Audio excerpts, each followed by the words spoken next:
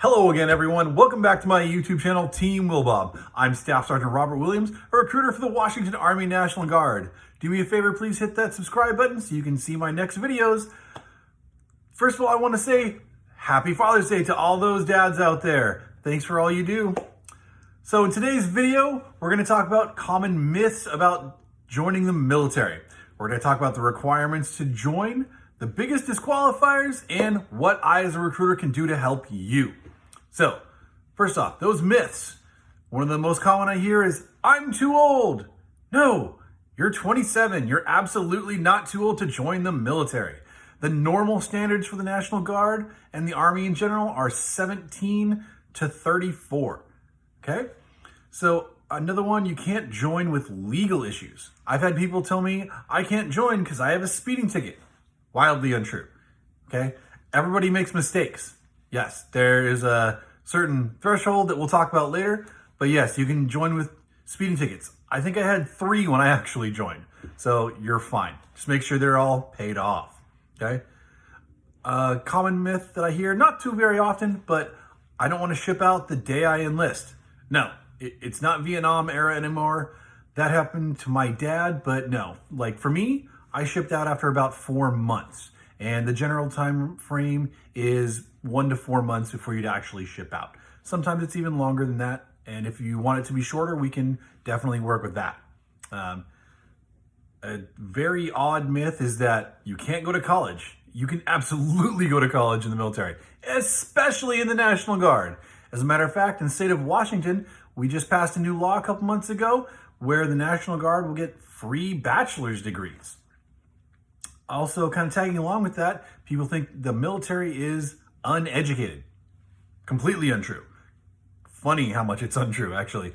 The military has a higher average education than the rest of the U.S. populace. As a matter of fact, per capita, we have more high school diplomas, associate's degrees, bachelor's degrees, and master's degrees. So we are also actually the cheapest to educate in the National Guard. So more efficient, higher education. Another one, the Guard is not the military. Absolutely, yes, we are the military. U.S. Army. We're part of the Army. We are a reserve component and we are a state entity, but yes, we are totally part of the military. In fact, we are the original military for the United States of America. We were born in 1636, over a century before we became a country.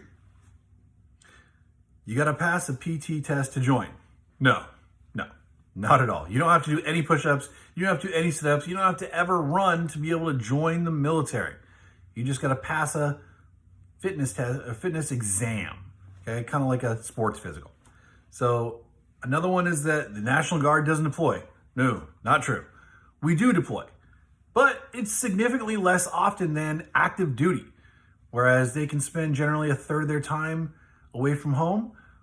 It's 1 in 5 years for the National Guard. It'll be your unit's turn, and you don't always actually do anything.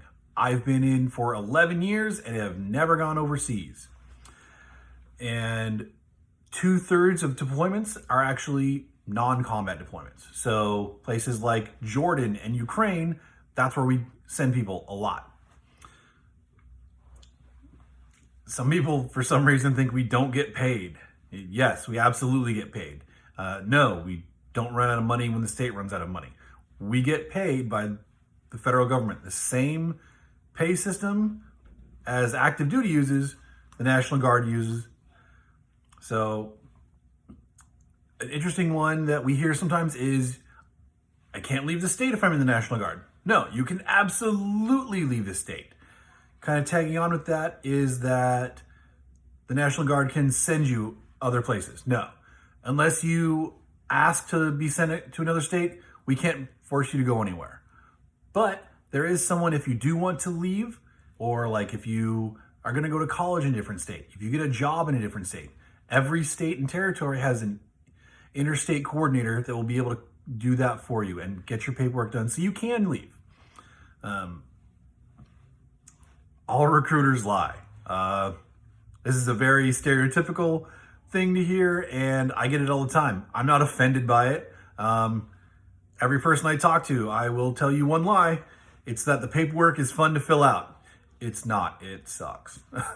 But no, I am actually going to tell you the truth as much as I possibly can, which is every time. Because if I treat you right, if I tell you the truth, you're more likely to tell your friends to come see me. And those referrals are more likely to turn into enlistments. So I am very much incentivized to tell you the truth. All right, so those requirements to join. As I said before, generally you need to be between 17 and 34. And we can get age waivers up to age 40 right now, but you do need a meritorious reason as to why you didn't join before.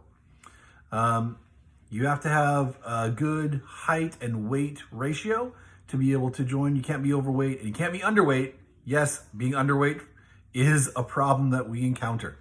You generally got to be in good health, and weight is a key indicator of that, an easy indicator of that. You cannot have too many legal issues. You must absolutely have your gun rights. You cannot have any domestic violence or sex crimes convictions, and you cannot have more than 2 DUIs. I'll talk a little bit later about waivers, but some things are non-waiverable, some things are. Okay. Education-wise, you can join as soon as you are a junior in high school and you are 17. So as long as you're on track to graduate as a junior or a senior, or you can join with the high school diploma, a GED, or actually, if you have 15 semester hours of college, you can join that way also. Medical screening. You can't have allergies to like food, insects, or medication. You must be able to move properly. So we have a test, do things like touch your shoulders, do the duck walk. You got to have good balance. You can't have significant surgeries, and you can't have a lot of broken bones. It really depends. Sometimes if you are really into sports and you break a few bones, you should be fine. If you have children or you're married, you can still join, but there are some limitations. Like if you're unmarried and have kids, you got to have someone who will actually be able to take care of them and will take care of them while you're in training or while you are deployed if you go anywhere. If you're married, your spouse will obviously take care of that. Tattoos. You cannot have any tattoos on your hands, neck, face, or head, with one caveat. You can have one ring tattoo per finger, and it's got to be in this bone. Okay. Citizenship. Now, this is a big one, especially in this area.